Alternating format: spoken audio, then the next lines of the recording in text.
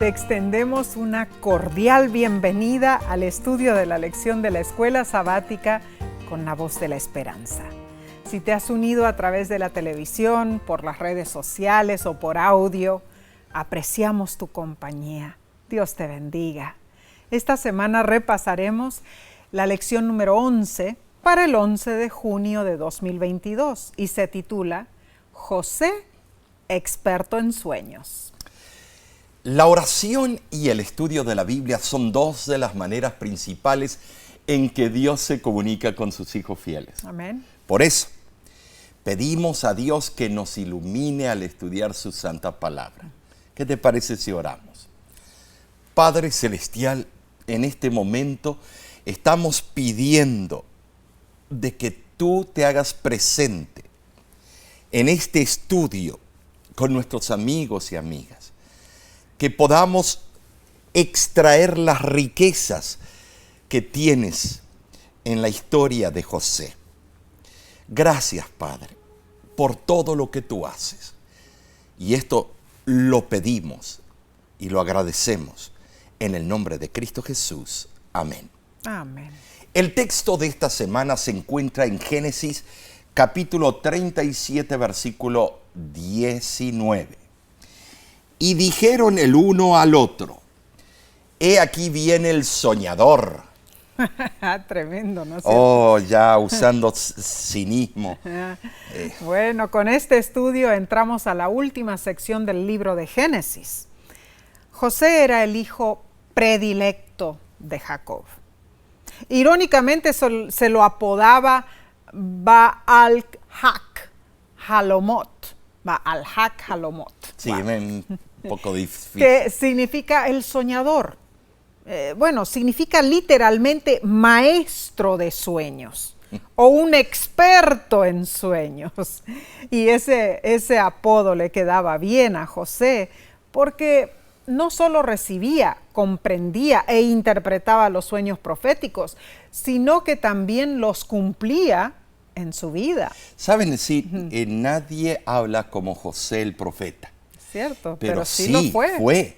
Él recibió el don de la profecía. Así fue. Él tuvo ese don. Claro. Él fue un mensajero de Jehová. La historia de José comienza con sus primeros sueños en Canaán y termina con su muerte, en Egipto. Así es. En verdad, José ocupa más espacio en el libro de Génesis que cualquier otro patriarca. Aunque él era solo uno de los hijos de Jacob, Génesis lo presenta como un gran patriarca, así como Abraham, Isaac y Jacob. ¿Cierto? Y de verdad que sí lo fue. Claro que sí. De qué carácter y temple. José es un ejemplo de fortitud, paciencia y gran valor moral, Nesí. Muy cierto. Debemos sincerarnos, Nesí, ¿sabes? En este momento, de todos los grandes hombres del Génesis, este fue uno que no tenía un bagaje o valijas o maletas escondidas en su pasado. Correcto. Fue íntegro, no fue un mujeriego, adúltero, no fue un tramposo, asesino, no, fue ejemplar su vida. Podríamos decir que José no tenía un esqueleto oculto en su armario.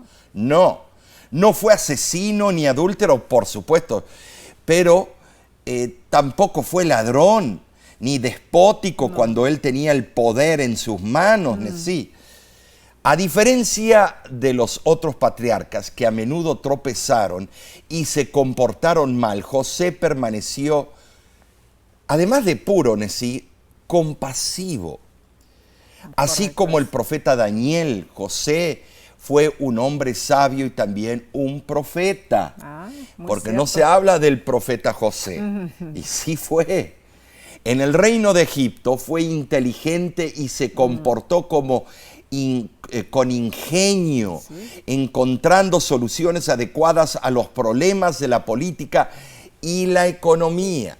Pero José también fue un profeta que recibió revelaciones de Dios. Para mí, José es uno de mis favoritos. Siempre lo fue, por su verdadero ejemplo. Bueno, en realidad la historia de José nos trae muchísimas verdades, muchísimas cosas muy interesantes, lecciones valiosísimas para nuestras vidas. Y Omar, tú dices que es tu historia favorita, ¿no es cierto? Bueno, Sí. Fíjate que para mí también es mi historia favorita. Sí. Siempre me encantó leer la historia de José. Recuerdo que cuando vivíamos con mi familia en Montevideo, Uruguay, mis padres nos compraron a mi hermano y a mí la colección de las bellas historias de la Biblia. Un clásico, ¿Recuerdas un esa clásico. colección de 10 libros ilustrados escritos por Arturo Maxwell, especialmente para los niños, ¿no es cierto? Pero servía para... Excelente material. Oh, sí, para cualquiera. Para todos. Cada noche mi hermano me pedía que le leyera alguna historia y a menudo terminábamos leyendo el relato de José. A él le encantaba, a mí también. Lindos recuerdos, en verdad, de mi infancia. Eran muy valiosos esos momentos con mi hermano Jen. Cada vez que leíamos la historia de José, aprendíamos algo nuevo. Es cierto. A mí también me pasaba lo mismo. Es que José representa al justo por excelencia. Sí. Él sobrevivió el crimen, el engaño y la violencia. Dios venció los actos malignos y las trampas dirigidas a José y las usó para cumplir sus designios. Él dejó que todo siga su causa en ese. Tremendo. De hecho, Dios convirtió todos los actos maléficos en oportunidades para hacer avanzar a José y el futuro de una gran nación. Claro. Cada vez José salía victorioso, ya sea de la cisterna, de la esclavitud, de la prisión o de la corte del faraón. Si tú eres un inmigrante, no interesa en qué país, y has pasado por esas mismas anécdotas fuertes de José, pero has visto que una mano poderosa te ha guiado tu camino, es que Dios está contigo. Así es. Creo que uno de los principales atributos de José era su seguridad y confianza. Cierto, Omar. ¿Confianza en quién? En el Creador. Incluso en situaciones difíciles como la prisión, José no pareció alterarse. En realidad, su demostración de madurez nos podría llevar a concluir que él confiaba toda su vida en Dios. Tremendo, Omar. De niño mimado a estadista de un gobierno. Dije niño mimado. Tremendas experiencias vivió José, la verdad que sí. Sí, Omar, tal vez fue mientras estuvo en esa seca y horrible cisterna que José llegó a conocer mejor a Dios. O quizá fue durante sus años en la cárcel. Ciertamente él le dio el crédito a Dios cuando les habló a sus compañeros de prisión y también a Faraón. Bueno, cuando Faraón le preguntó, él admitió que él no podía interpretar sueños. Así como Daniel años más tarde, José señaló al Dios del cielo que puede interpretar todos los sueños. La sumisión de José hacia Dios y su lealtad a su causa fueron impresionantes y dignas de imitar. Ahora, la bendición divina sobre José no fue solo para su felicidad personal. A través de José se cumplió la bendición de Dios a Abraham. A través de José fueron bendecidas no solo la familia de Israel, sino todas las naciones del mundo conocidas en su tiempo. En los capítulos bíblicos que estudiaremos esta semana, ¿sabes? Veremos nuevamente cómo se afirma la providencia de Dios a pesar de la maldad del corazón humano. Traeremos a relucir detalles muy alusivos e impresionantes de la vida de José, de sus hermanos y de Jacob. En realidad, con su maléfico engaño, los hermanos de José traicionaron tanto a su hermano como a su padre Jacob y hasta cierto punto a ellos mismos también. Ay, Omar, ¿qué lecciones necesitaban aprender todos los personajes involucrados en estas historias? ¿Qué temas subyacentes surgen a través de este relato tan abrumador? ¿Y qué lecciones podemos aprender nosotros de esta historia también? Bien, pasemos adelante, estudiamos la lección del domingo 5 de junio, se titula Problemas familiares. En Génesis 37 encontramos la razón del odio y envidia de los hermanos de José. Algunos dicen que era justificado. Desde el principio José, el hijo de la vejez de Jacob, disfrutó de una relación especial con su padre, quien lo amaba más que a todos sus hermanos. Yo sé que suena mal, pero es que en ese muchacho no hubo esa malicia que hicieron con el pueblo, con Siquem. ¿Te acuerdas? Sí. La gran matanza que hicieron los hermanos de José. Entonces, él era un muchacho íntegro. Jacob incluso fue tan lejos como para hacerle a José una túnica de muchos colores. ¡Ay! Se armó el lío. O un manto de príncipe. ¡Ay, las envidias! Claro. Esto parecían intrigas noveleras. Esto indicaba la intención secreta de Jacob de elevar a José, el primer hijo de Raquel, a la condición de primogénito. Esto es relevante en sí. Él ya estaba pensando elevarlo a primogénito. Tremendo. Por eso le tenían una rabia los hermanos. Bueno, José estaba más íntimamente relacionado con los hijos de Bila, ¿no es cierto? Y Silpa, que también era sirvienta de Raquel, ¿no? Que eran concubinas de Jacob. Esos medio hermanos estaban más cerca de él en edad y quizá eran menos altivos, que los hijos de Lea. Podría ser que Bila, quien había sido la sierva de su madre Raquel, cuidó de José después de la muerte de ella. Bueno, ¿qué pasaba? José informaba todo lo que observaba y repetía todo lo que oía de sus hermanastros mayores. Y a nadie le gusta un chismoso, ¿verdad? Todo eso marcó el comienzo de un amargo odio y una cruel envidia. José era motivado por altos ideales y su conciencia sensible se rebelaba contra las malas prácticas de sus hermanastros. Quizá él informaba todo a Jacob con el propósito de que la influencia de su padre pudiera llevarlos a un cambio de proceder. Creo que su intención era que no se deshonrara el nombre de la familia como había sucedido con la matanza de los siquemitas.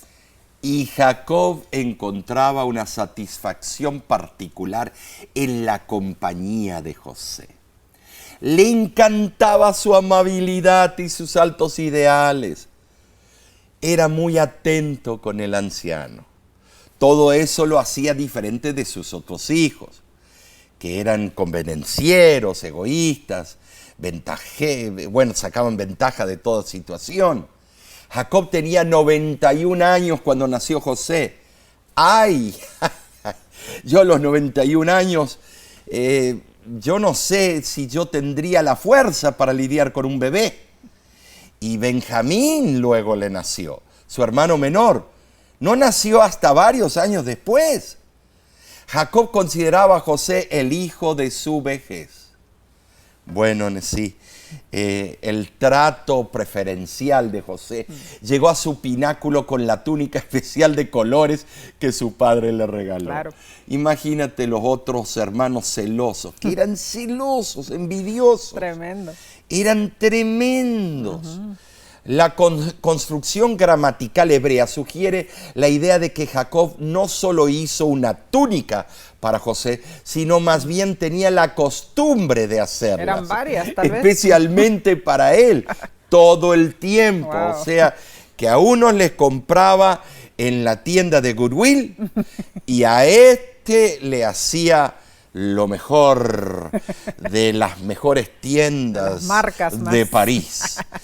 Esa túnica excitó la sospecha que Jacob tenía el propósito de pasar por alto a sus hijos mayores para conferir la primogenitura a José. Y tenía razón. No es pues de extrañar que sus hermanos lo odiaran. Era una competencia, era un dolor en el cuello. Terrible. Ahora prácticamente todos los hermanos y hermanas se pelean cuando son niños. Pero a veces la rivalidad se prolonga hasta la edad adulta y a menudo fractura la relación para siempre. Así es. Eso es algo triste y desgarrador en la vida real, pero lo vemos a veces fascinante cuando se trata de figuras públicas, ¿verdad? Hay muchos ejemplos en la historia. Uno de ellos es muy reciente. Los dos hermanos, William y Harry, crecieron en la realeza inglesa, a la vista del público. Ambos sufrieron la trágica pérdida más bien de su madre a una temprana edad, pero siempre hubo algo de rivalidad entre ellos. William, el hermano mayor, está destinado a ser rey algún día, aunque su madre, la princesa Diana, pensaba que Harry sería más indicado para ser rey. En marzo de 2019, Harry y su nueva esposa Meghan Markle cortaron relaciones con William y su esposa Kate. Los periódicos y noticieros comenzaron a reportar la existencia de una brecha entre los hermanos y la especulación se hizo más fuerte cuando Harry decidió retirarse de los deberes reales en enero de 2020. Bueno, la rivalidad entre esos dos hermanos ha dificultado muchas relaciones entre la realeza inglesa. Es cierto, la gente le encanta esa intriga. Ahora, en el caso de José, cuando él compartía sus sueños, sugiriendo que Dios lo pondría en una posición más alta que sus hermanos, estos lo odiaban aún más. Claro. Imagínate, que venga ese chamaco, ese pibe, ese mocosito, como dicen algunos. Jacob, aunque reprendía a su hijo, guardaba todo en su corazón, meditando y esperando su cumplimiento. Claro que sí. Quizá en privado Jacob pensaba que los sueños de José llegarían a ser realidad. Cierto. Ahora, la lección nos invita a leer Mateo 20, del 26 al 27, y nos pregunta: ¿qué principio crucial se revela aquí y cómo podemos aprender a manifestarlo en nuestras propias vidas? Los versículos registran las palabras de Jesús a sus discípulos. Y dice así: mas entre vosotros no será así, sino que el que quiera hacerse grande entre vosotros será vuestro servidor, y el que quiera ser el primero entre vosotros será vuestro siervo. El orgullo es un pecado que fácilmente nos acosa, es una ambición pecaminosa de superar a los demás en pompa y grandeza. Bueno, para abatir en realidad la vanidad y la ambición del pedido de la madre de los hijos de Zebedeo, Jesús los guió a pensar en sus sufrimientos. Comúnmente los más confiados son los que están menos familiarizados con la cruz. Nada causa más daño entre hermanos que el deseo de grandeza. Debemos cuidarnos de no caer en el error del orgullo y más bien servir que ser servidos. Bueno, vimos cuán problemática era la familia de José, pero aún ocurren eventos espeluznantes. Los veremos enseguida después de una breve pausa. Volvemos en unos segundos.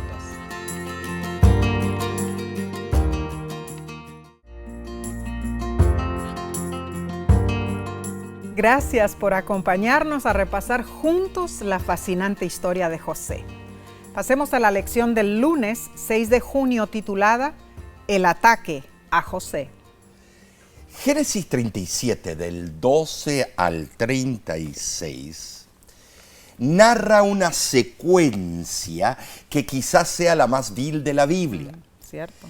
Ser pariente de alguien quien se odia causa problemas. Leamos algunos de los versículos comenzando con Génesis 37, 14.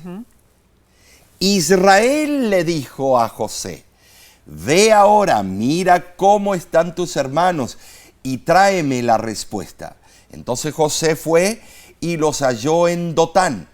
Cuando ellos lo vieron de lejos, conspiraron contra él. Matémosle y echémosle en una cisterna y diremos, alguna mala bestia lo devoró y veremos qué será de sus sueños. Yo me detengo en esto. Es increíble. ¿Por qué fue tan fácil idear la matanza de su hermano? Porque ya estaban acostumbrados, lo habían hecho antes. Ya es igual que un zorro que mata gallinas. Una vez que un perro o alguien mata gallinas de estos animales, no hay caso, siguen matando. Cuando Rubén oyó esto, lo libró de sus manos y dijo, no lo matemos, por favor, echarlo en esta cisterna. ¡Wow! ¡Qué gran hermanazo! Habían asesinado a todos los varones de una ciudad. Matar a solo un individuo no les parecía un pecado grave. No. El odio se había desarrollado de tal manera en sí que estaban listos a asesinar a su hermano a sangre fría. Pero este es el colmo. Horrible, horrible. Ahora, la cisterna en la cual planeaban echar a José era un depósito artificial cavado en la tierra. Las cisternas eran muy numerosas en Palestina. Servían para reservar agua durante el tiempo que no llovía. Había cisternas públicas y también había cisternas privadas. Ahora, todas las cisternas tenían una apertura para sacar el agua a la superficie. Y a veces las cisternas secas y vacías servían como prisiones. La cisterna donde pusieron a José quizá medía 15 por 8 pies y 12 pies de profundidad, lo que sería más o menos unos 5 por 3 metros y 4 metros de profundidad. Habrá sido horrible estar dentro de esa cisterna oscura. Ahora, Rubén no era perfecto, pero su corazón no era tan duro como el de sus hermanos. Siendo hijo mayor, sintió responsabilidad por su hermano menor y se propuso salvarlo. Aún así, añadieron insultos a la violencia, desnudaron a José y lo arrojaron bruscamente en la cisterna. ¡Ay, esto me enfurece a mí! Se me ponen los pelos erizos. ¡Qué terrible! ¿Cómo puede llegar los hermanos a hacer tal cosa? Y el saber que José moriría de hambre y sed satisfizo su carácter vengativo e ignoraron sus clamores lastimeros. Y con sentimiento de euforia e indiferencia, los despiadados hermanos se sentaron a comer como si nada hubiera pasado. Increíble, en verdad. Y el relato que habían propuesto contar a su padre era real, porque Palestina era un país selvático durante el segundo milenio antes de Cristo, y muchos leones, osos y otros animales vagaban por allí. El autor de la lección recalca lo siguiente: es difícil imaginar el tipo de odio expresado aquí. ¿Cómo pudieron estos jóvenes hacer algo tan cruel? ¿No pensaron en cómo esto afectaría a su padre? Cualquier resentimiento que tendrían hacia Jacob porque él favorecía a José no justificaba hacerle ese daño a uno de sus hijos. El acto era verdaderamente despreciable. Qué poderosa manifestación de cuán malvados pueden ser los seres humanos. Omar, un corazón inicuo y no regenerado por Cristo puede llevar a cualquier persona a hacer monstruosidades, en verdad. Aún peor, sí. Vendieron a José como esclavo. Judá vio en la caravana de los ismaelitas un medio de acabar con José sin quitarle la vida. Eso lo eliminaría efectivamente de la competencia por la primogenitura. Claro que sí. ¡Qué cosa! Los hermanos razonaban que José no había hecho nada para incrementar la fortuna de su familia. Él no debía ser heredero de las riquezas que ellos habían producido. La propuesta de Judá fue prontamente aceptada por todos los hermanos. Ay, sí. Eso es increíble, Sí, hubo un consenso. Terrible, Omar. Y de esa familia disfuncional es que salió una gran nación y el Hijo de Dios vino Ay, a Omar. nacer en Pero este mundo. hay otro detalle, el precio pagado por José, 20 piezas o ciclos de plata. Y se lo vendieron, Nesí, a una raza que también era descendiente de Abraham. Oh, tremendo. Bueno, esas 20 piezas o ciclos de plata en realidad eran mucho menos que el precio promedio de un esclavo cualquiera, Omar. De acuerdo a Éxodo 21:32, el precio solía ser 30 ciclos de plata por un esclavo. Claro. Había una rebaja. Bueno, los ismaelitas en realidad esperaban sacar ganancia al revender a José en Egipto, lo vendieron ¿no? por tal vez el 1000%. Claro, siendo astutos negociantes, pagaron menos por él. 20 ciclos de plata serían unas 8 onzas de plata. 227 gramos de plata, lo que equivaldría a menos de $200 americanos hoy día. Vale más una oveja y una vaca tremendo. Que lo que valía José. Así es, la venta de José violó el principio de que nadie debe someter a otro a servidumbre involuntaria, según Levítico 25. Esto demuestra el grado de perversión moral que se había posesionado de los corazones de los hermanos de José. Y es cierto, sí, la venta de José como esclavo es un acto de bajeza. Es el primer caso de esclavitud registrado en la Biblia, ¿sabías? Sí lo es. Pero la transacción ocurrió en ausencia de Rubén. Habiendo persuadido a sus hermanos a que arrojaran a José vivo en la cisterna, Rubén se había retirado para que no desconfiaran de sus intenciones de regresarlo a su padre a escondidas. Wow. Al saber lo sucedido, Rubén rasgó sus vestidos, una antigua costumbre que expresaba gran pesar y dolor. Pobrecito, yo creo, ¿no? Porque él intentó salvarle la vida. Las intenciones de Rubén eran loables y su plan bien trazado. Sí. Sin embargo, fracasó. Entonces, José sería librado, pero no por Rubén. La escoria sería eliminada de la vida de José mediante el sufrimiento antes de que pudiera disfrutar del honor para el cual el cielo lo destinaba. Muchas veces no entendemos, pero en la providencia de Dios, con frecuencia, la pesadumbre precede a la corona y la aflicción se convierte en la suerte de algunos individuos a fin de que muchos puedan beneficiarse y para que el propósito de Dios pueda finalmente prevalecer. Omar, esto es algo que muchas veces no comprendemos, pero sucede en la vida de muchas personas, ¿no es cierto? Bien, veamos entonces la lección del martes 7 de junio titulada Judá y Tamar. Ay, esto es. Yo he hecho varios sermones sobre esto. Sí, es más, los dramatizo porque es una historia relevante.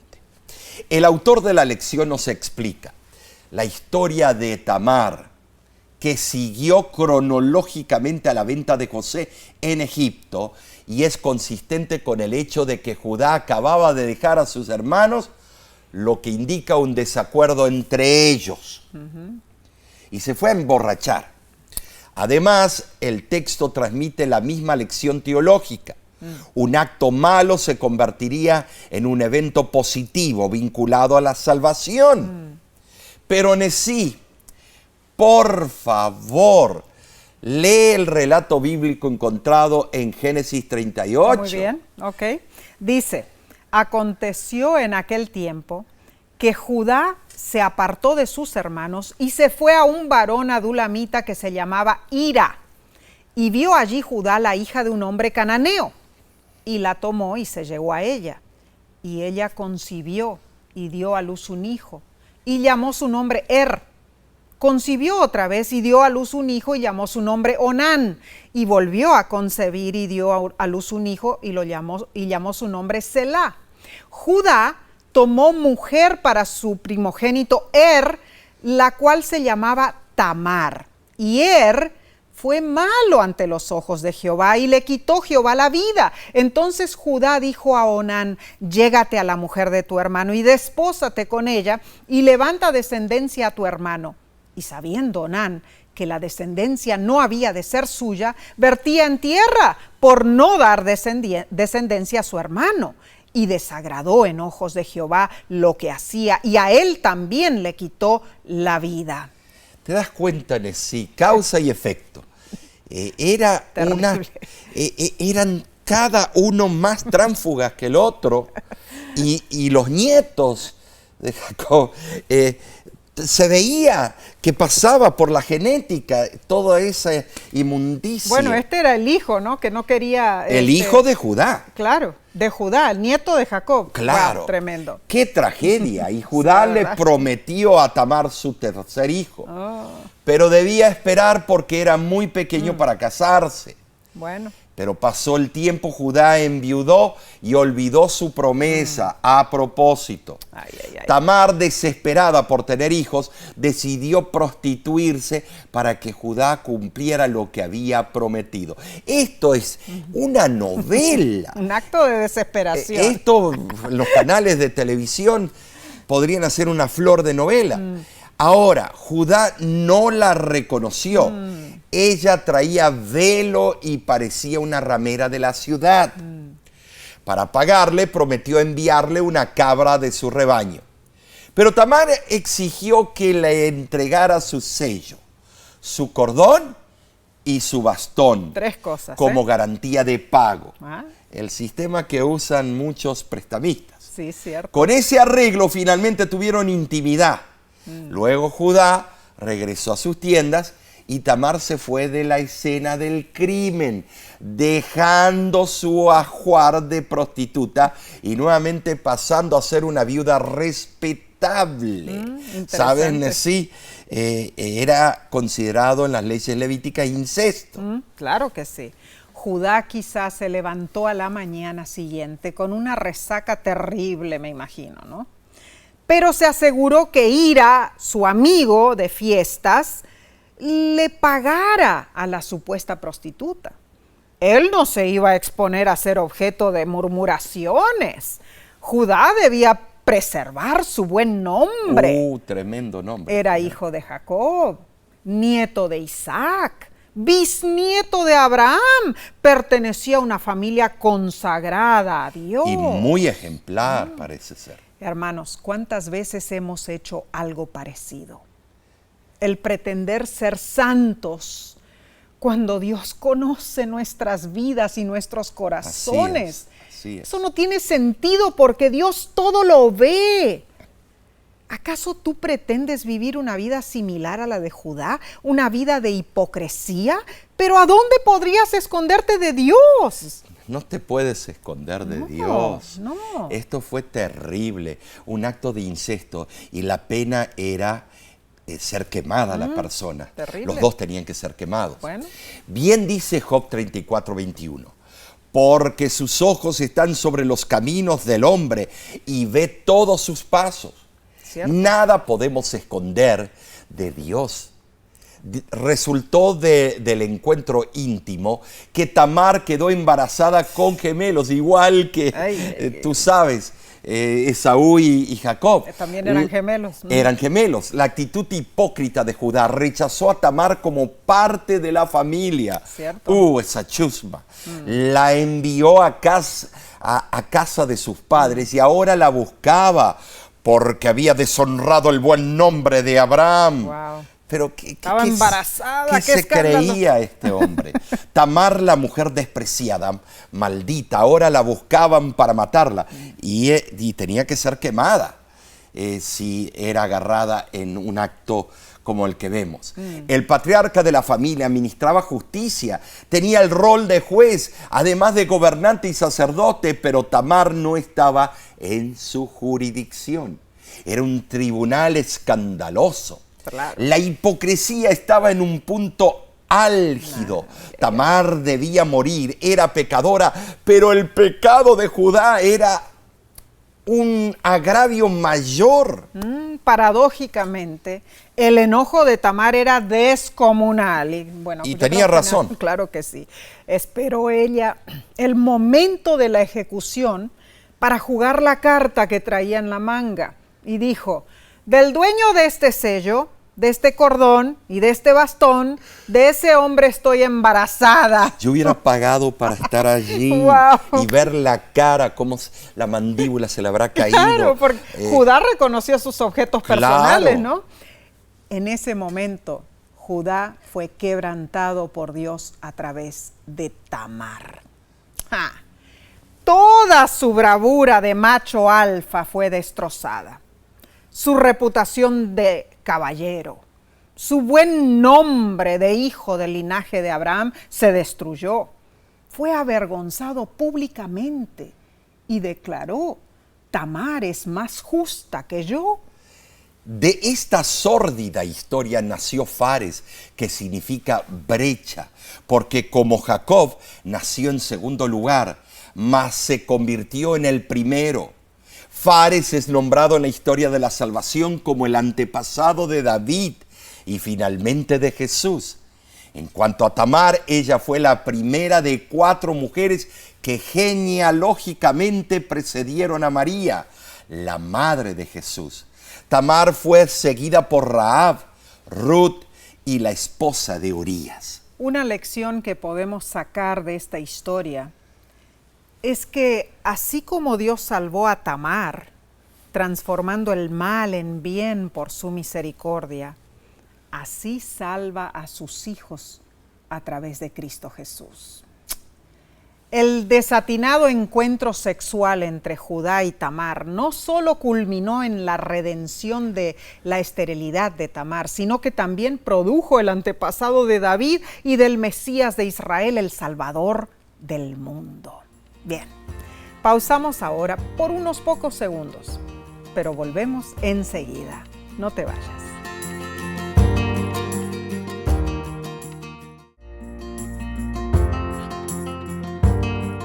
¿Cuánto estamos aprendiendo con este estudio? Así ¿No es cierto, Omar? Así Pasemos entonces a la parte del miércoles 8 de junio titulada José, esclavo en Egipto.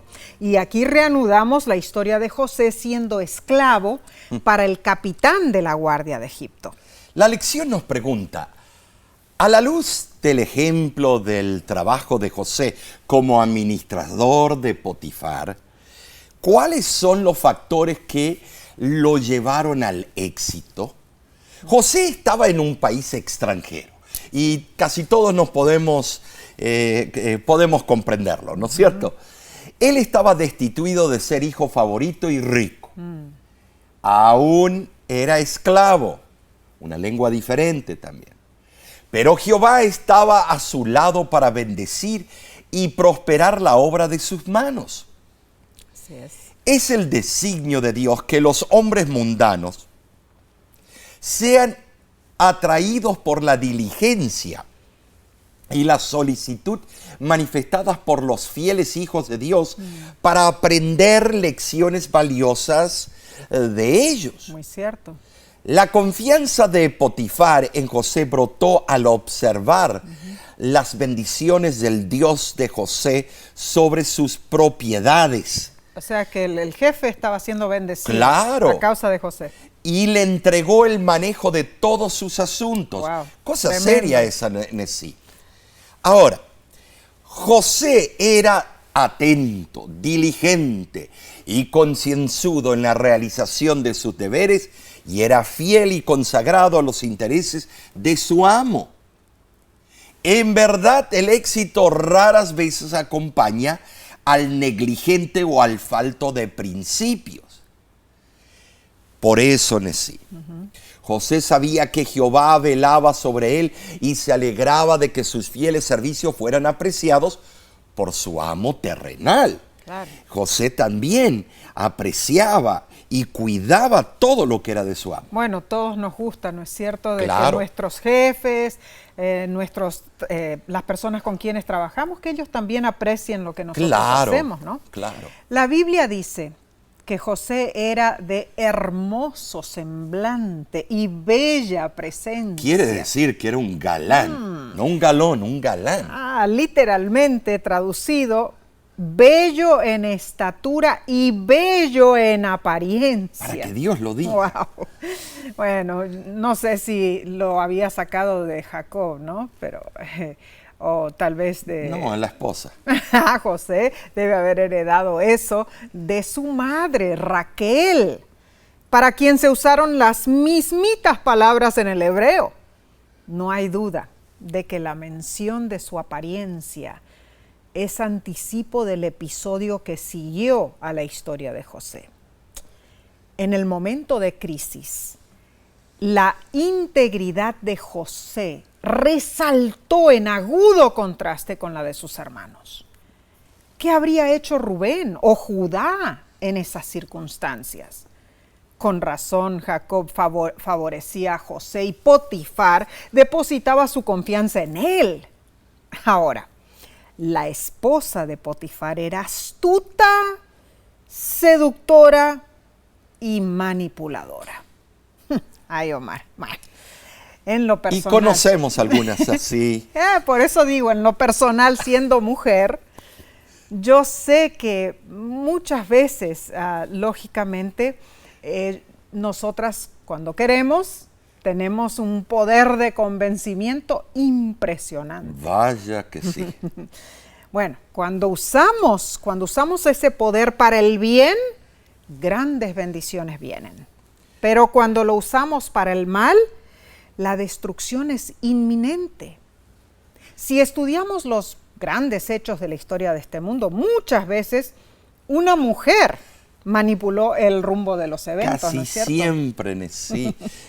Nosotros con puños creemos que podemos ganar una batalla, pero las damas con la sutileza, la inteligencia, usando todo el paquete que son, pueden alcanzar mejores metas que los hombres. A veces sí.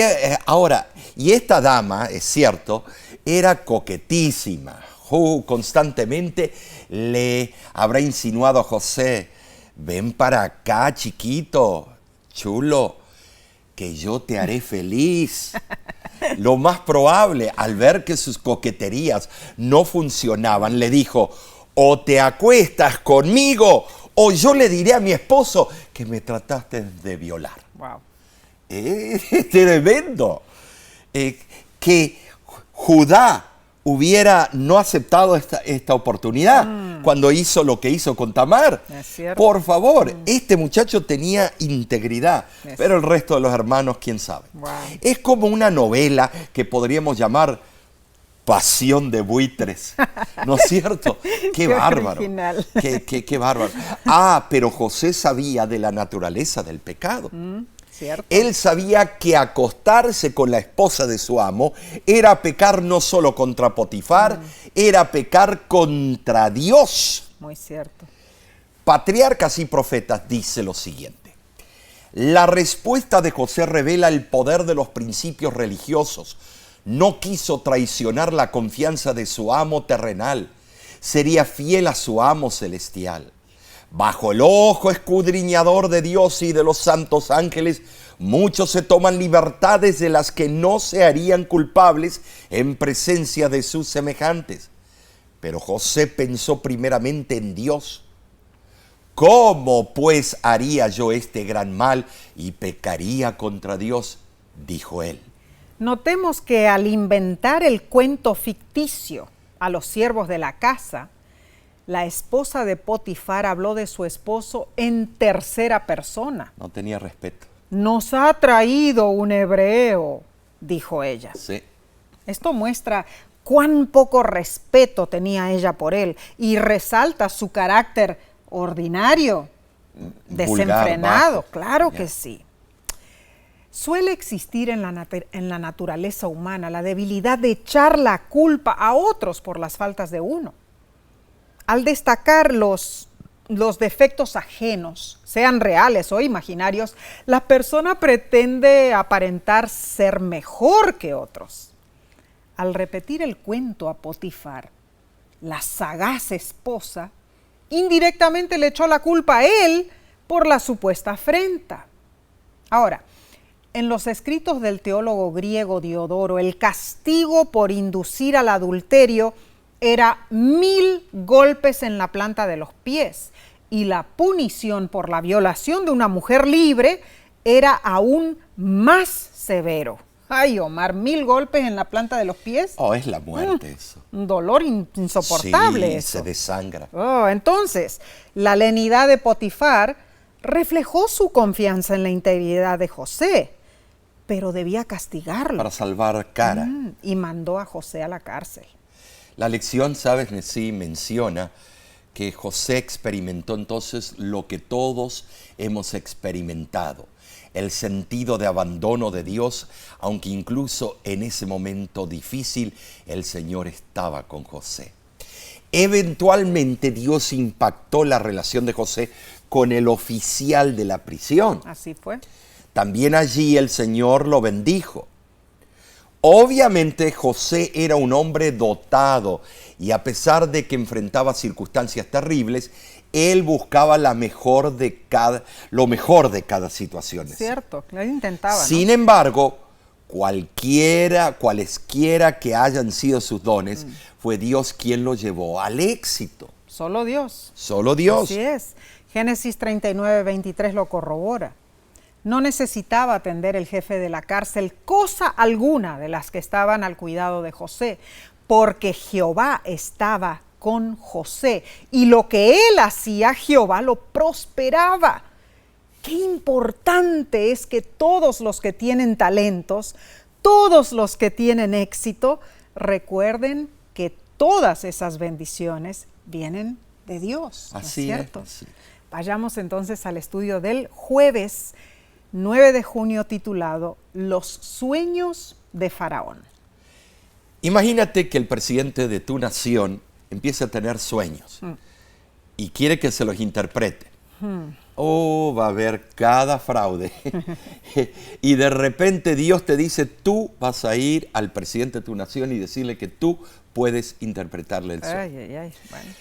José fue puesto como jefe de los prisioneros y dos de ellos habían sido el copero y el panadero de Faraón. Así era. La lección invita a leer Génesis 40 del 1 en adelante hasta el capítulo 41, versículo 36.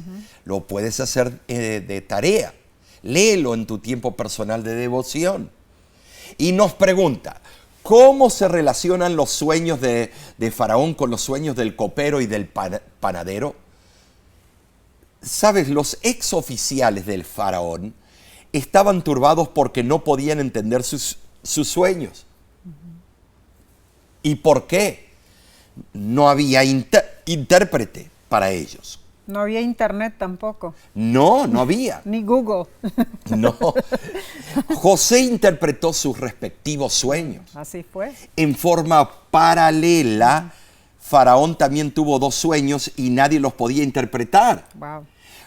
Fue entonces que el copero providencialmente recordó a José y lo recomendó a Faraón. Muy cierto. Lo trajeron a la corte real. Al igual que los sueños de los oficiales, los sueños del Faraón muestran paralelos de simbolismo. Cierto. ¿Por qué digo esto? Bueno, las dos series de 7 vacas gordas y flacas, así como las dos series de espigas gordas y flacas, representan las dos series de años. 7 años buenos y 7 años malos. Las 7 vacas son paralelas a las 7 espigas, repitiendo el mismo mensaje. Todo era una evidencia del origen divino de esos sueños, al igual que los sueños de José. Ahora, cuando José interpretó el sueño para Faraón, él se aseguró de que Faraón supiera que Dios había sido quien le había mostrado al rey las cosas que ocurrirían. Parece que Faraón captó el mensaje, porque cuando decidió nombrar a alguien para que estuviera a cargo sobre toda la tierra, su argumento fue: Dios te te ha hecho saber todo esto? No hay entendido ni sabio como tú. Tú estarás sobre mi casa y por tu palabra se gobernará todo mi pueblo.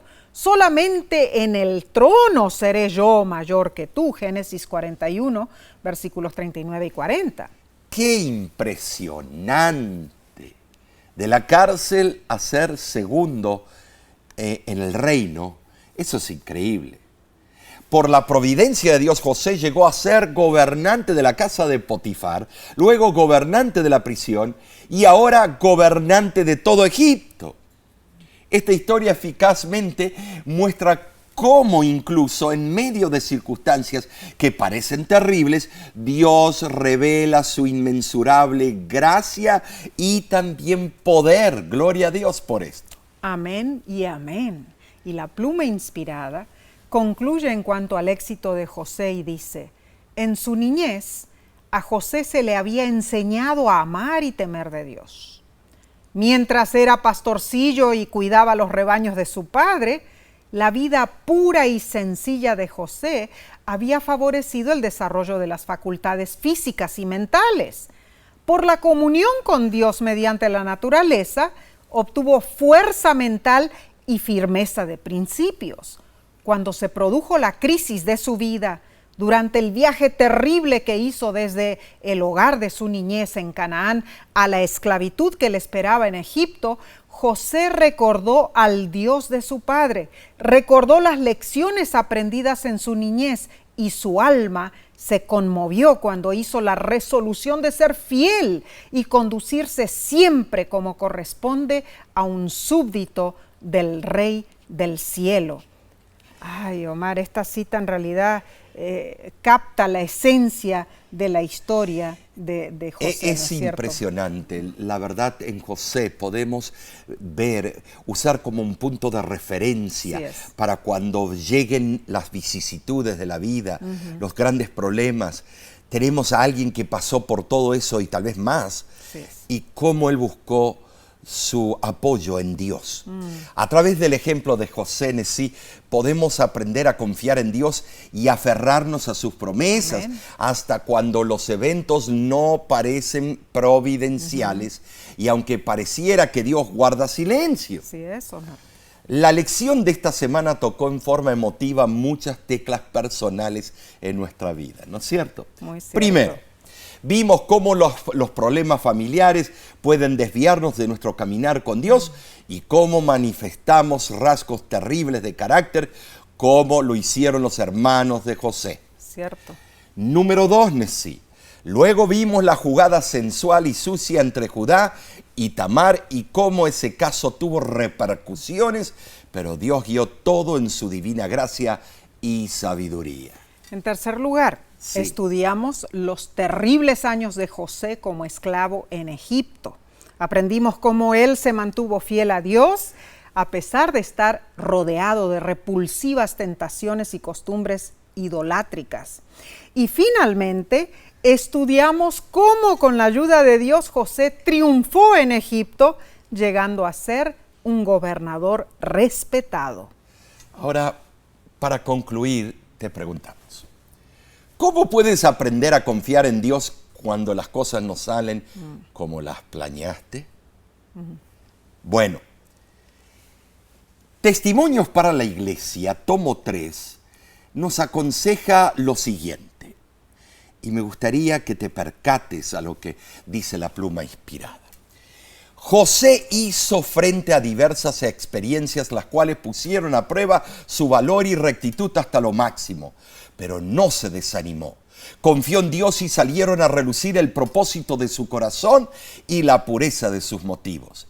El ojo de Dios estaba sobre él, una mano divina lo guiaba.